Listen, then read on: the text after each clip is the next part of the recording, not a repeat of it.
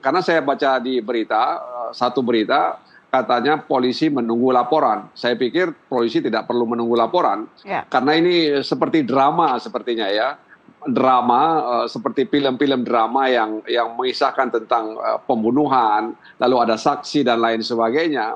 Yang menurut saya semakin menarik ini, dan tentu saja kalau bisa didalami secara serius ya dalam konteks untuk kepentingan hukum, saya percaya ini akan semakin menarik, apalagi ya dia diduga adalah karungganya mantan Jampitsus tersebut. Tapi sayangnya yang bersangkutan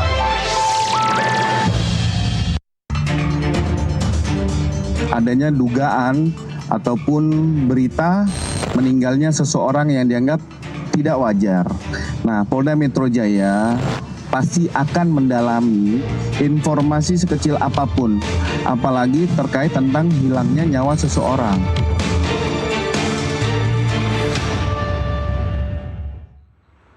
Kembali di NTV Dialog Prime, kematian Sutrimo yang diduga pernah menjadi pegawai ex-Jampitsus Febri Adriansyah sebagai kepala rumah tangga masih menyisakan sejumlah pertanyaan, mulai dari kronologi kejadian, penyebab kematian hingga pihak-pihak yang berada di sekitar korban. Sebelum dibawa ke rumah sakit, berbagai kejanggalan muncul pemirsa. Opsi penyelidikan dan ekshumasi dibuka pihak kepolisian agar transparan dan terkuak fakta secara objektif dan tidak hanya berhenti pada spekulasi. Kita akan membahasnya bersama pakar psikologi forensik Reza Indragiri Amril, ada juga sosiolog kriminal yang juga dosen Purna UGM Suprapto, serta anggota Komisi 3 DPR RI Nasir Jamil. Kita sapa para narasumber. Selamat sore Mas Reza, Pak Suprapto, Bang Nasir. Selamat sore, Assalamualaikum. Ya, selamat sore. Waalaikumsalam. Saya ingin ke Pak Suprapto terlebih dahulu ya, dalam kasus kematian Sutrimo yang dianggap ada sejumlah kejanggalan di sini. Apa sih yang seharusnya diperhatikan oleh pihak kepolisian dalam rekonstruksi peristiwa secara utuh, dan kacamata Anda dari segi sosiolog kriminal? Baik, beberapa hal yang perlu diperhatikan bagi para penegak hukum tentunya adalah yang pertama harus betul-betul mencermati data atau dalam hal ini adalah barang-barang bukti yang ada di TKP maupun sampai pada ketika korban ini sudah ada di rumah sakit ya, karena itu akan memberikan informasi penting, dan selain itu juga harus didukung dengan cerita ataupun penjelasan dari para saksi yang pertama kali mengetahui sampai dengan saksi-saksi yang kemudian bisa mengikuti proses itu dari pertama kali ditemukan sampai si korban ini atau yang meninggal ini ya, saya belum tentu bahwa itu adalah korban pembunuhan, itu sampai di rumah sakit. Demikian. Oke. Mas Reza, dari perspektif Anda, apa saja sih indikator yang secara ilmiah dikategorikan sebagai kematian janggal dalam kasus ini, atau publik terlalu dini menyimpulkan soal ataupun menarik kesimpulan dalam kasus ini, Mas Reza? Justru saya bingung bukan alang kepalang ketika di awal perbincangan ini dinarasikan bahwa almarhum Sutrimo meninggal dalam kondisi kematian tidak wajar. Apa yang sesungguhnya dimaksud dengan kematian tidak wajar itu? Karena dari sudut pandang psikologi forensik, dan saya berpikir juga di kedokteran forensik, berbicara tentang kematian, situasi yang melingkupi kematian ada 4 kemungkinannya. Kita singkat menjadi NASH, Natural Accident Suicide Homicide. Saya mulai dari N, natural. Seseorang meninggal akibat situasi yang alami, faktor alami, misalnya seseorang sakit. Yang kedua, accident. Kita definisikan dulu accident di sini agar tidak rancu dengan kecelakaan lalu lintas. Yang dimaksud dengan accident atau kecelakaan adalah seseorang tengah melakukan suatu kegiatan, tiba-tiba tanpa dia duga, tanpa dia antisipasi, dia masuk ke dalam situasi yang betul-betul berada di luar kendali. Itu definisi accident atau kecelakaan. Jadi kita bayangkan seseorang meninggal akibat kecelakaan adalah karena misalnya tanpa dia sengaja, tanpa dia duga, dia memasukkan zat kimia yang berbahaya ke dalam tubuhnya. Tanpa dia sengaja. Itu accident. Yang ketiga, suicide. Bahwa seseorang memutuskan untuk mengakhiri hidupnya sendiri. Dan yang keempat, homicide. Seseorang kehilangan nyawa akibat perbuatan orang lain. Nah, ketika sekali lagi dikatakan bahwa almarhum Sutrimo meninggal dalam kondisi kematian tidak wajar, diksi kematian tidak wajar itu menggiring saya untuk berpikir bahwa ini berarti kematiannya bukan karena faktor alami atau natural. Tapi ada kemungkinan accident, ada kemungkinan suicide, ada kemungkinan homicide. Kita sisir lagi. Menurut saya, hitung-hitungan saya, tentu saja ini perlu diinvestigasi, kemungkinan suicide pun bisa dikesampingkan. Berarti ketika sekali lagi dikatakan bahwa almarhum Sutrimo meninggal dalam kondisi kematian tidak wajar, tersisa dua kemungkinan, yaitu meninggal akibat kecelakaan ataukah meninggal akibat perbuatan orang lain. Dari dua kemungkinan yang tersisa ini, ada pidana di mana? Hanya satu, yaitu kemungkinan seseorang meninggal akibat perbuatan orang lain atau homicide. Nah, kalau almarhum Sutrimo dikatakan kematian tidak wajar dan ini bersangkut paut dengan pidana alias yang bersangkutan meninggal akibat perbuatan orang lain, maka relevan kerja kepolisian untuk menelusuri lebih jauh tentang sebab musabab, tentang keterkaitan meninggalnya almarhum dengan kemungkinan adanya kasus-kasus hukum lain, itu menjadi suatu hal yang relevan. Tapi kalau kemudian kematian tidak wajar itu dimaknai atau nantinya dikonkretkan lewat otopsi sebagai akibat kecelakaan, maka menurut saya tidak ada relevansinya kerja kepolisian karena itu bukan merupakan persoalan pidana. Oke, baik. Bang Nasir, tadi sudah dijelaskan ya oleh Mas Reza dan juga Pak Suprapto dari perspektifnya masing-masing sejumlah kemungkinan-kemungkinan yang terjadi. Bagaimana penyidik dapat menjamin pemeriksaan ini bisa berlangsung secara independen? Mengingat korban juga disebut pernah bekerja ya di lingkungan ex-pejabat Jampitsus yang saat ini menjadi tersangka.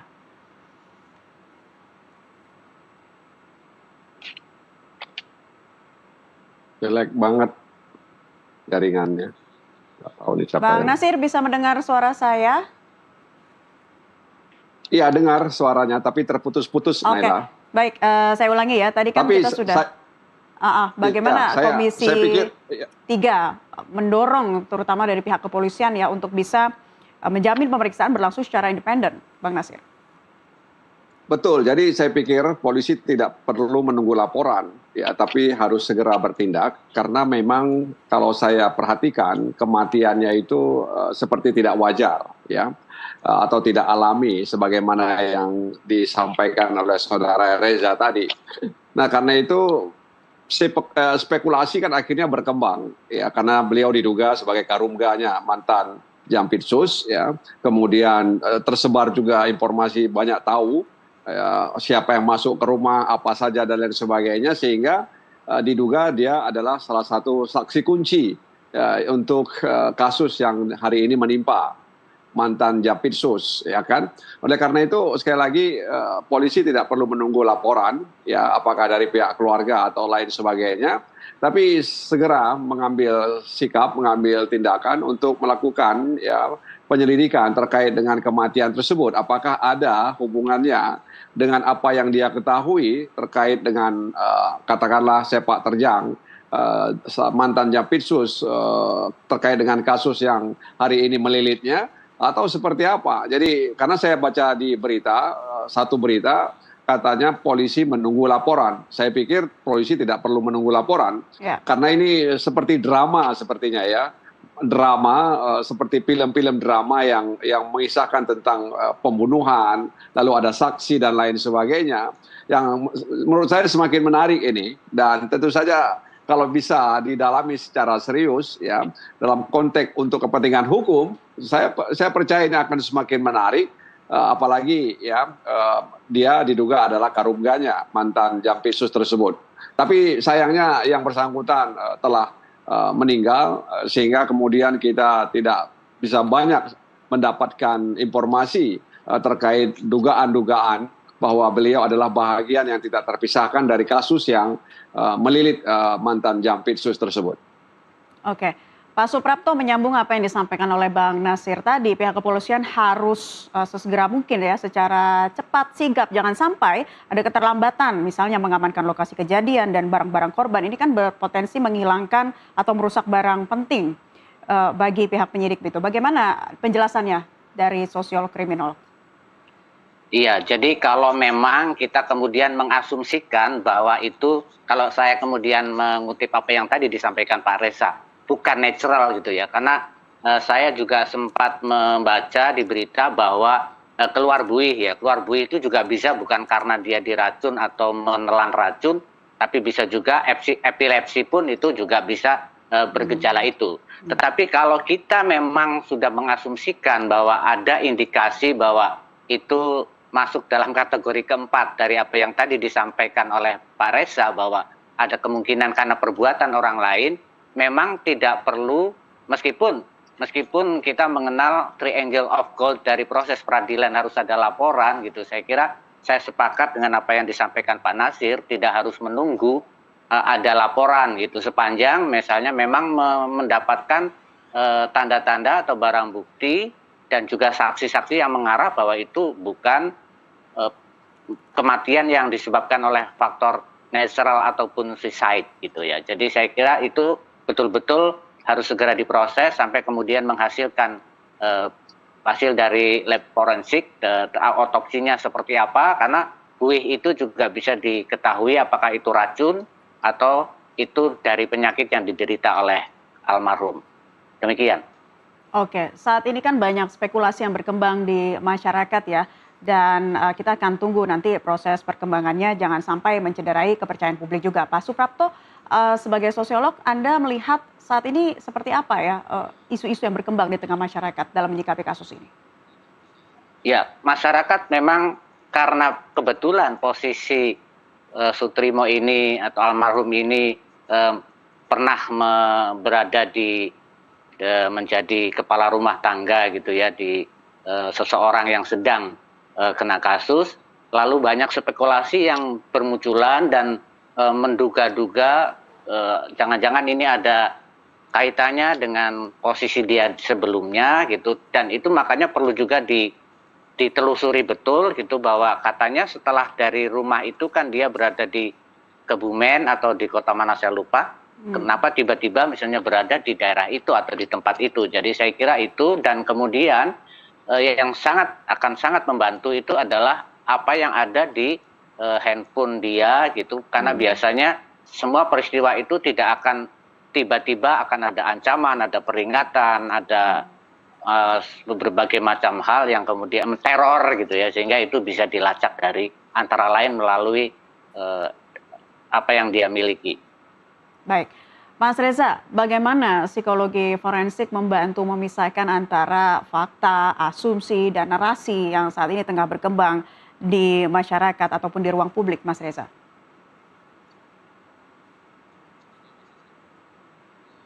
Mas Reza, audionya belum terdengar. Ya, silakan. Saya pikir saya perlu mundur satu langkah, sekedar memberikan semacam pengingat kepada teman-teman di otoritas penegakan hukum agar ekstra hati-hati ketika menggunakan istilah ataupun diksi yang bisa berimplikasi saintifik.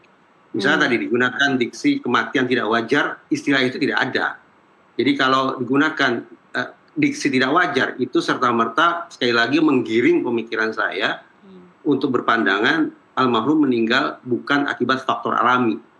Dan boleh jadi juga bukan akibat keputusannya untuk mengakhiri hidupnya sendiri. Jadi tersisa dua kemungkinan, yaitu accident ataukah homicide. Nah, untuk mengetahui atau mengidentifikasi seberapa vital sesungguhnya posisi almarhum dalam kasus yang membelit Febri, menurut saya jalan yang paling mudah ya silakan saja cek berkas di Kortas Tipikor Polri. Apakah nama almarhum tercantum tidak dalam daftar saksi? Dan juga silakan dicek ke LPSK.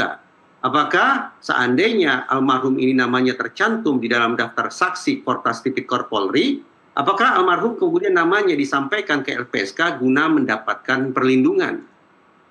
Kalau ya, tentu ini menjadi sebuah kegagalan besar bahwa seorang katakanlah saksi yang memiliki keterangan mahkota, keterangan emas ternyata tidak berhasil dilindungi, sehingga ya mulai tersebar kasak-kusuk bahwa almarhum meninggal akibat perbuatan orang lain, atau almarhum meninggal akibat kecelakaan. Itu merupakan sebuah situasi yang menurut saya sangat getir seandainya betul-betul sekali lagi almarhum namanya masuk dalam daftar saksi yang semestinya dilindungi oleh LPSK.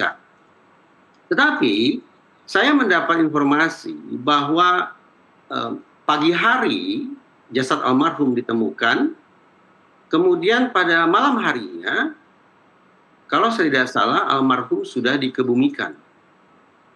Jarak waktu dari Jakarta ke kampung halaman almarhum, kalau saya tidak salah Banyumas atau semacam itu, jarak waktu yang sedemikian rupa itu tampaknya tidak berlangsung otopsi terhadap jasad almarhum. Tidak dilakukannya otopsi mengindikasikan bahwa tidak ada urgensi, bahkan mungkin tidak ada relevansi antara almarhum dengan kasus yang sekali lagi sedang dihadapi oleh katakanlah majikannya.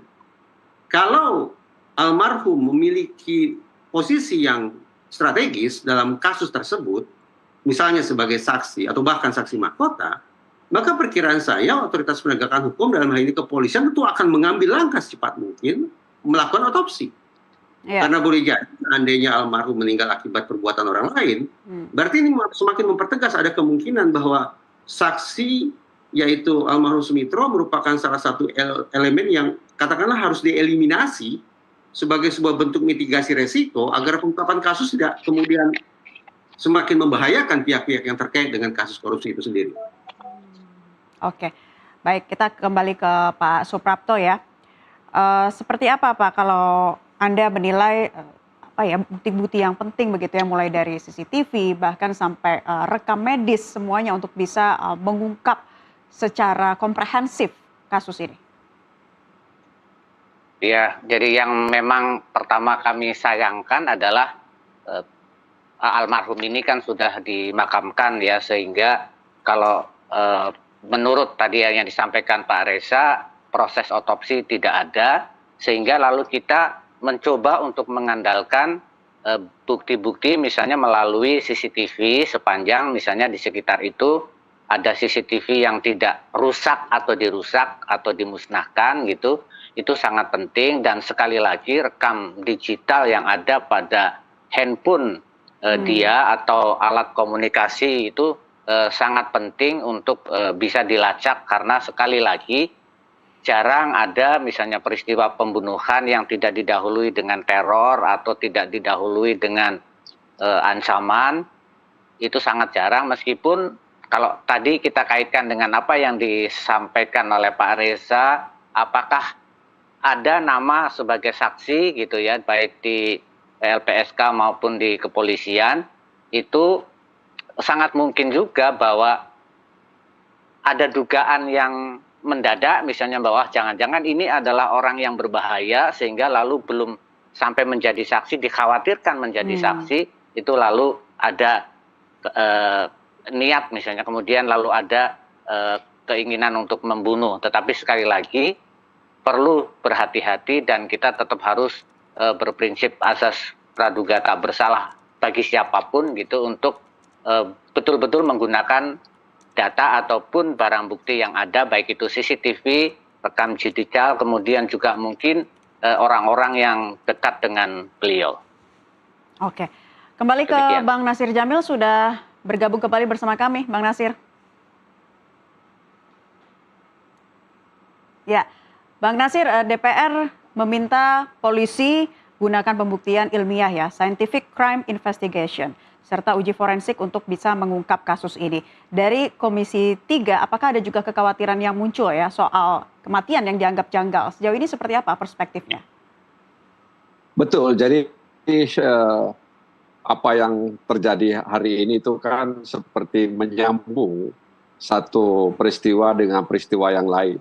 Dan tentu tadi kita mendengar ada asumsi yang dibangun terkait dengan otopsi. Sebenarnya kalau kita lihat atau kita pernah ingat beberapa kasus, otopsi itu juga bisa berlangsung setelah orang tersebut dimakamkan ya, atau dikuburkan, diambil jenazahnya lalu diotopsi begitu. Ekshumasi bisa ya, saja itu dilakukan seperti itu. Ya, tapi nanti kan itu kebutuhan daripada kebutuhan dalam konteks proses hukum yang sedang berjalan ini. Oleh karena itu sekali lagi memang ini seperti misteri yang menurut saya perlu pendalaman menggunakan ilmu pengetahuan agar kemudian spekulasi yang beredar itu bisa dikatakan tidak benar begitu. Tapi selama belum ada kebenaran yang disampaikan atau hal-hal yang dilakukan melalui ilmu pengetahuan tadi, maka ya orang tetap saja kemudian berspekulasi terkait matinya atau tewasnya, meninggalnya orang yang diduga sebagai Karungga, mantan Jampitsus tersebut. Sebagai katakanlah kepala rumah tangga yang menggawangi rumah mantan Jampitsus tersebut, orang kan pasti bisa berandai-andai ya bahwa bisa jadi dia banyak informasi, dia tahu siapa orang yang lalu lalang, yang masuk dan keluar, bawa apa dan bawa ini dan lain sebagainya, ya sehingga kemudian bisa saja seperti dalam film-film drama, film-film pembunuhan, ya orang-orang seperti ini harus dihabisi, ya dihilangkan jejaknya sehingga kemudian tidak bisa dilacak bagaimana peran dan pengetahuan dia terkait dengan peristiwa yang sedang didalami oleh oleh pihak penyidik tersebut. Baik, saya ingin kembali ke Mas Reza Indragiri Amril. Mas Reza, polisi membuka kemungkinan ekshumasi ya apabila dibutuhkan. Dalam praktik forensik, kapan sih tindakan ini benar-benar diperlukan? Lagi ya, saya terus terang masih terganggu dengan apalagi ada kalimat kepolisian membuka kemungkinan untuk melakukan ekshumasi apabila dibutuhkan. Loh, kenapa lagi-lagi saya menangkap kesan tidak ada urgensi untuk dilakukan pemeriksaan lebih jauh terhadap kematian almarhum. Kesan tidak ada urgensinya inilah yang menjadi dasar bagi saya untuk kemudian menjaga jarak dari segala macam spekulasi bahwa kematian almarhum ini bersangkut paut dengan kasus hukum yang sedang dihadapi oleh Febri, yaitu majikan almarhum. Narasi semacam itu yang menurut saya sekali lagi harus disampaikan kepada publik secara ekstra hati-hati agar tidak terjadi kebingungan dan akhirnya memunculkan spekulasi-spekulasi liar yang kontraproduktif bagi pengungkapan kasus ini. Bagi saya, apa boleh buat, kasus ini diungkap dengan cara yang spektakuler oleh kepolisian, namun sedikit banyak tampaknya memunculkan gesekan antar lembaga. Tentu saja saya berharap ke depan kerjasama akan semakin baik. Salah satu cara untuk membangun kohesivitas dalam kerja antar lembaga penegakan hukum, spesifik antara Polri dan Kejaksaan Agung, dalam kasus ini dan kasus-kasus terkait lainnya, adalah saya memformulasikannya sebagai 345. 3 berarti ada 3 lembaga yang semestinya melakukan joint investigation, yaitu kepolisian, Kejaksaan Agung, dan KPK. 3 lembaga menangani secara simultan 4 kasus. 4 kasus itu terdiri dari kasus Asabri, Krakatau Steel, Batubara, plus BGN. Kenapa saya gabung sedemikian rupa? Karena menurut saya sekali lagi 4 kasus inilah yang mengakibatkan diakui atau tidak antar lembaga barangkali sudah terjadi gesekan. 3, 4, 5. 5 adalah time frame, time limit, batas waktu yang diberikan kepada 3 lembaga tersebut untuk mengungkap 4 kasus secara simultan maksimal 5 bulan.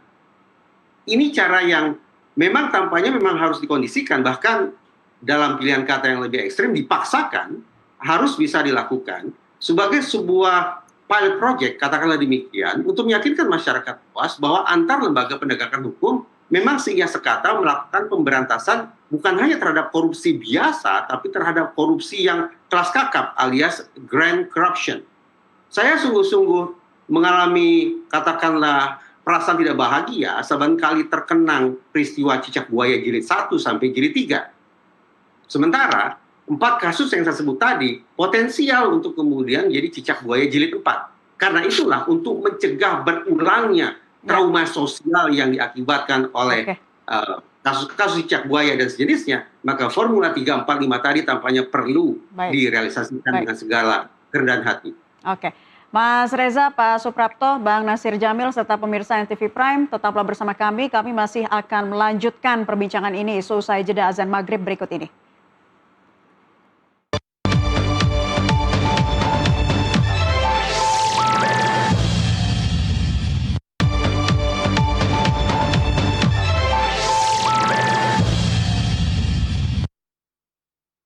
Kembali bersama kami di NTV Dialog Prime, pemirsa, menyikap misteri kematian pegawai ex Jampitsus. Masih bersama kami ketiga narasumber, ada Bang Nasir Jamil, Pak Suprapto, dan Mas Reza Indragiri Amril. Saya ingin ke Bang Nasir tadi ya, menyikap misteri kematian pegawai ex Jampitsus. Seperti apa sih pengawasan yang dilakukan Komisi 3 ya, agar proses pengungkapan juga bisa berjalan dengan optimal. Jika pengungkapan berjalan lambat, apakah dari Komisi 3 nantinya akan bisa jadi ya ada agenda untuk memanggil pihak kepolisian, Bang Nasir?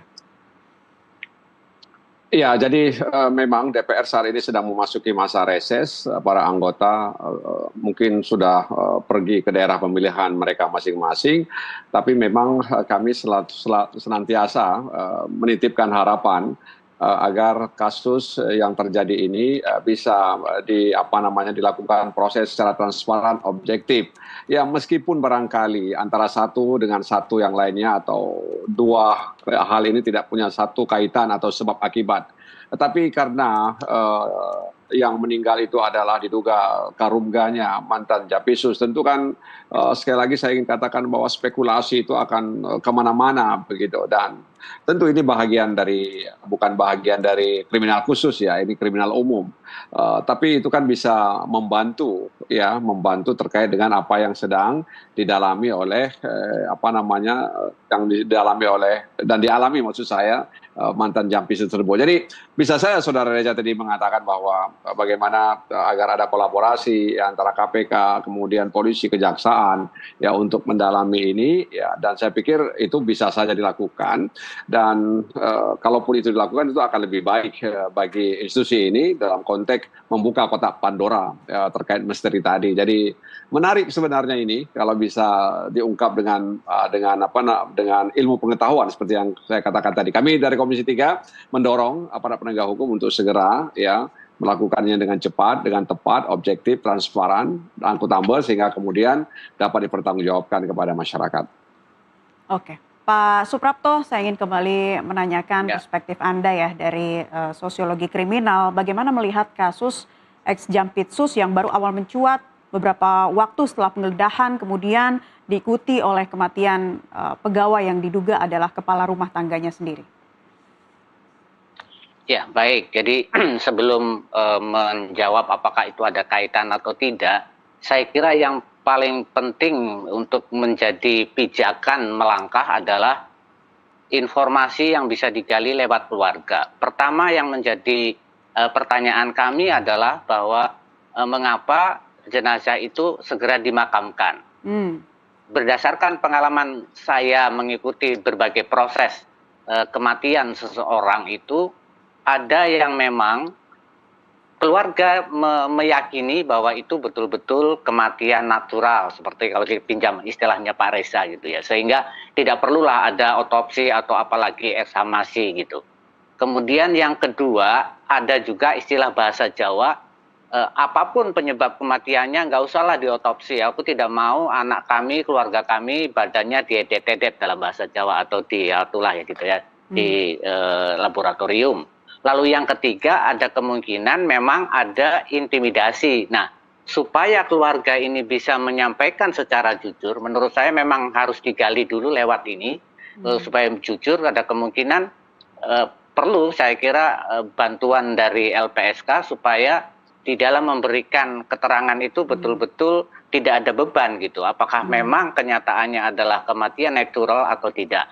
Karena sekali lagi, kebetulan kedudukan dia adalah mantan kepala keluarga di seseorang itu ya Pak Febri itu, sehingga spekulasi bermacam-macam. Tetapi kalau itu ditelusuri secara cermat, saya kira akan menjadi lebih jelas apakah dia betul-betul dibunuh gitu atau penyebab yang lain. Andai kata yang kedua suicide pun gitu, ketiga ya, karena yang kedua tadi accident. Suicide pun juga perlu dipertanyakan juga kenapa dia harus bunuh diri. Jangan-jangan karena ada tekanan-tekanan. Nah ini sebetulnya secara sosiologis itu juga bisa ditelusuri melalui pihak-pihak yang dekat dengan dia. Baik. Demikian. Mas Reza, pihak-pihak yang dekat dalam hal ini keluarga juga salah satunya menjadi hal yang penting untuk ditelusuri. Bahkan tadi kalau kata Pak Suprapto, libatkanlah LPSK. Ya, apa yang dikatakan Pak Suprapto itu diistilahkan sebagai otopsi psikologis sesungguhnya. Ya.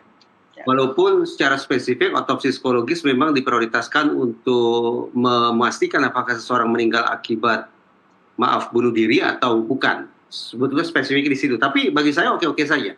Jadi otopsi psikologis sendiri dilakukan dengan 2 metode. Metode pertama tadi sudah dielaborasi oleh Pak Suprapto secara komprehensif ya, melibatkan significant others, orang-orang yang dianggap signifikan dalam pengertian orang yang mengetahui bagaimana kondisi kesehatan almarhum, keseharian almarhum, permasalahan-permasalahan yang dihadapi oleh almarhum, cara berpikir, cara beradaptasi almarhum, dan seluk-beluk kehidupan almarhum itu ditanyakan ke orang-orang yang dianggap tahu, baik itu teman akrab, istri, anak-anak, orang tua, atau siapapun yang sekali lagi dianggap tahu. Atau dengan metode yang kedua, yaitu dengan melakukan pengecekan dokumen. Di dalam BPJS misalnya, apakah diketahui selama ini almarhum memiliki riwayat penyakit tertentu? Dan apakah riwayat penyakit tertentu itu pula yang mengakibatkan almarhum meninggal dunia? Dan seterusnya, dan seterusnya. Obat-obatan apa yang diresepkan kepada almarhum? Dan adakah kemungkinan almarhum tidak taat dalam mematuhi instruksi dokter untuk mengonsumsi obat yang telah diresepkan, dan seterusnya, dan seterusnya. Nah, 2 metode ini bisa digunakan di samping otopsi, itu menurut saya yang harus paling dikedepankan, guna menakar atau memastikan bahkan apa gerangan penyebab kematian almarhum. Sekali lagi, kematian almarhum ini betul-betul berada dalam domain otoritas penegakan hukum hanya ketika bisa dipastikan bahwa almarhum meninggal akibat perbuatan orang lain. Karena itulah pidananya. Ya. Tapi kalau almarhum meninggal bukan akibat perbuatan orang lain, praktis kerja kepolisian cukup sampai di situ saja. Oke. Ditambahkan lagi Pak Suprapto, selain tadi yang apa Anda dan juga Mas Reza sampaikan menjadi penting untuk adanya otopsi psikologis, begitu ya, dilihat dari kacamata psikologi forensik. Seberapa penting juga memastikan siapa yang pertama kali, misalnya ya, menemukan korban, memesan ambulans, siapa saja yang mengantarkan korban ke rumah sakit. Hal itu juga harus benar-benar detail didalami oleh pihak kepolisian. Iya, jadi saya kira memang orang yang pertama menemukan, apalagi kemudian dia memesan ambulan, lalu membawa ke rumah sakit dan mengikuti proses serah terima jenazah, saya kira perlu sekali didalami, gitu, digali informasi yang betul-betul diketahui oleh dia untuk melengkapi apa yang tadi saya sampaikan, informasi dari keluarga tentang kondisi kesehatan dan kondisi-kondisi kehidupan lainnya yang berkaitan dengan kehidupan dia sehari-hari sebelum dia mengalami musibah ini. Demikian. Baik. Polisi juga tadi ya, seperti yang sempat saya tanyakan ke Mas Reza juga ya, berkaitan dengan kemungkinan adanya ekshumasi. Pak Suprapto memandangnya seperti apa? Ya, jadi kalau memang betul-betul melalui penggalian itu ada kecurigaan ke arah bahwa kematiannya itu disebabkan oleh orang lain, gitu ya, bukan karena natural ataupun karena accident, gitu, saya kira itu mungkin perlu dilakukan. Tetapi kalau misalnya tidak sampai ada tanda-tanda atau indikasi ke arah sana, saya kira ya saya setuju dengan Pak Reza, sudah selesailah dengan penjelasan bahwa itu memang kematiannya wajar atau kematiannya memang natural, gitu. Baik, Bang Nasir, kembali lagi kepada Anda, seperti apa Komisi 3 bisa mendorong langkah cepat ya dari pihak kepolisian saat ini dalam menangani perkara? Bang Nasir? Ya, sepertinya kami mengalami gangguan sambungan ya dengan Bang Nasir Jamil. Saya ingin kembali ke Mas Reza ya. Ketika korban dikaitkan dengan sosok yang pernah berada di lingkungan penegak hukum, bagaimana penyidik bisa menjaga independensi agar tidak muncul persepsi ataupun konflik kepentingan? Korban apa? Saya orang yang mencoba menekuni disiplin psikologi forensik. Ketika digunakan kata korban untuk almarhum itu sudah punya makna tertentu itu. Ya. Ini korban apa? Ya, mohon maaf, maksud saya Sutrimo, almarhum Sutrimo. Ya, baik. Semata-mata karena sekali lagi saya memilih untuk menjaga jarak dari kemungkinan almarhum bersangkut paut dengan kasus. Setuju Mas Reza. Mohon maaf, tadi saya salah mengatakan korban ya, karena masih dalam penelusuran pihak kepolisian saat ini. Jadi gimana Mas Reza? Pertanyaan saya sampai lupa. Bagaimana yang harus dilakukan oleh penegak hukum begitu, mengingat banyaknya persepsi yang muncul di publik saat ini dan harusnya bisa tetap ya menjaga dan menunggu prosesnya dan nantinya juga bisa menjaga agar tidak muncul pertanyaan atau macam-macam persepsi konflik kepentingan begitu. Di samping mengungkap suatu kasus hingga tuntas, yang pasti ditakar oleh publik adalah seberapa jauh transparansi otoritas penegakan hukum dalam menyelesaikan kasus. Transparansi itu bisa diupayakan dengan secara berkala melakukan konferensi pers misalnya, atau menyampaikan rilis untuk memastikan bahwa publik dari waktu ke waktu terus termutakhirkan informasi atau pengetahuannya tentang kasus yang sedang ditangani. Saya sungguh-sungguh khawatir kalau otoritas penegakan hukum sungguh-sungguh berfokus pada aspek pengungkapan kasus, tapi cenderung abai untuk membuat publik tahu tentang apakah stagnan, ataukah mundur, ataukah maju proses pengungkapan kasus, itu juga tidak akan memberikan penilaian yang positif juga bagi otoritas penegakan hukum, terutama sekali oleh kepolisian. Itu satu hal. Ya. Yang kedua, bagi saya, check and recheck, sekaligus check and balances itu menjadi sangat krusial. Cara untuk merealisasikan check and recheck, sekaligus check and balances itu adalah tadi usulan saya, tidak hanya kasus terkait dengan misalnya Asabri, Krakatau Steel, dan juga batubara, tapi diperluas ke kasus grand corruption lain yaitu BGN, Badan Gizi Nasional. Keempat kasus itu diselesaikan dengan pendekatan 3-4-5. 3 yaitu menghadirkan 3 lembaga, Kejaksaan Agung, Polri, dan KPK. Mudah-mudahan itu yang akan bisa sekali lagi merealisasikan check and recheck sekaligus check and balances. Bahwa mereka sungguh-sungguh semua terpadu dalam sistem peradilan pidana, sistem peradilan tindak pidana korupsi. Ya. Mudah-mudahan ini akan menjadi pilot project yang sangat ideal untuk menguraikan kekisruhan terkait dengan 4 kasus sekaligus kekisruhan terkait dengan indikasi gesekan yang kadung terjadi antar sesama lembaga penegakan hukum itu sendiri.